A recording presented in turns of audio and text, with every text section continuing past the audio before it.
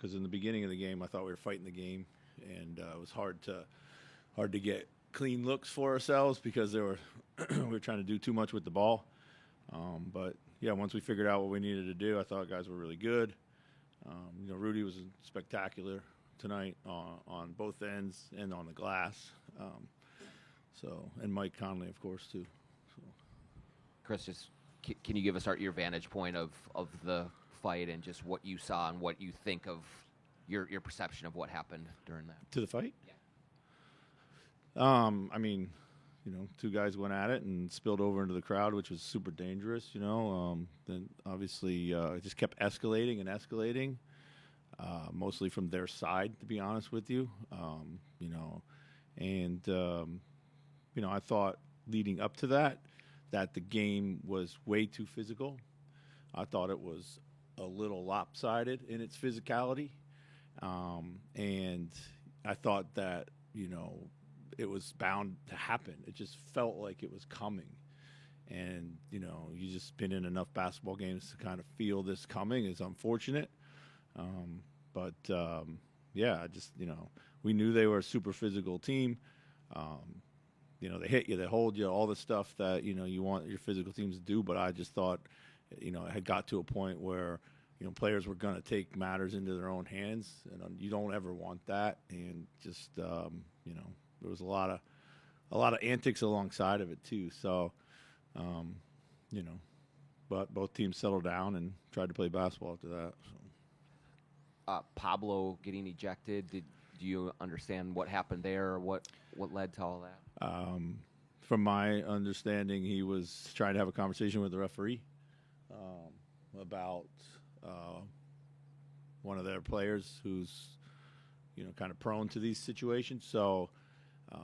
And then their bench and JB in particular had an issue with it, and they exchanged words. And I thought we were trying to address the officials, and things just kept escalating, which I talked about. And but I didn't see anything necessarily worthy of an ejection that Pablo did. So, did you think that did that refocus or energize your group, or did you? I think a little bit. I think it, kind of was a pressure release for what the game needed, or where the game was headed, not what it needed. Certainly don't want to say that it needed that, but that was like the only conclusion with the way the game was being played. So, didn't matter like how it was going to happen. It was just bound to happen. Critical has it been for this team, for Mike and Rudy, to really be the players who they were for much of last year too, just in terms of like getting back to playing consistently good basketball? Yes. Yeah, and just thought it was a game that, once we kind of course corrected offensively, it was a game that fell naturally into their hands, and we just had to kind of maximize what they could do. So it's Mike's seventh time in Mike's last 11 games that he's been a plus 17 or higher. Right. Just what has he meant to this group, and why do you think the play has been so good, specifically when he's on the floor? Well, he's doing a great job of getting to the rim, making the right play. I mean, he's mixing everything right now, and I think it's, again, we've talked about many times, it just comes from his aggressive mindset. I don't think he feels like he has to be a counterbalance to what's going on out there, which I think he spent a lot of the early season trying to do, just trying to, get our offense into some sort of rhythm or shape. And now he's playing basketball the way he's always played basketball, which is comfortable and natural, and his chemistry with Rudy, and it's something we knew we had to bring back to the front of what we do. Now he and Julius have a little bit of a chemistry that's developing off ball, and those shots are just as important as the ball in his hands. So, Chris, he was also chasing Malik. Yeah. All around. I mean, just what did that show, or what did that give you when he was the one that was able to get through the screens and seem to limit him? Yeah, I mean, he's one of our best off-ball defenders, one of our best pursuit guys, just real smart, takes the right route almost all the time, plays with the right amount of physicality, closes down the space, all the things you want him to do or need him to do. And then he just understands, that he can't be caught over helping or in the wrong spot or baited by some action. He's kind of seen it all, has a good feel, sniffs it out. It's the matchup we really wanted most of the game. We Malik's been playing outstanding basketball this season. We know his capabilities as a shooter. We just gave him too much space. We used to talk about how Cat had to make adjustments and totally readjust his role. And it seems like Mike kind of had to cede a lot of his half-court floor generalship. I mean, was that a process? I mean, it does seem like now maybe you're beginning to balance it where you're able to get Rudy and Mike integrated while Ant and Julius are still doing their thing. I mean, how has that process gone? Yeah, I think it's not just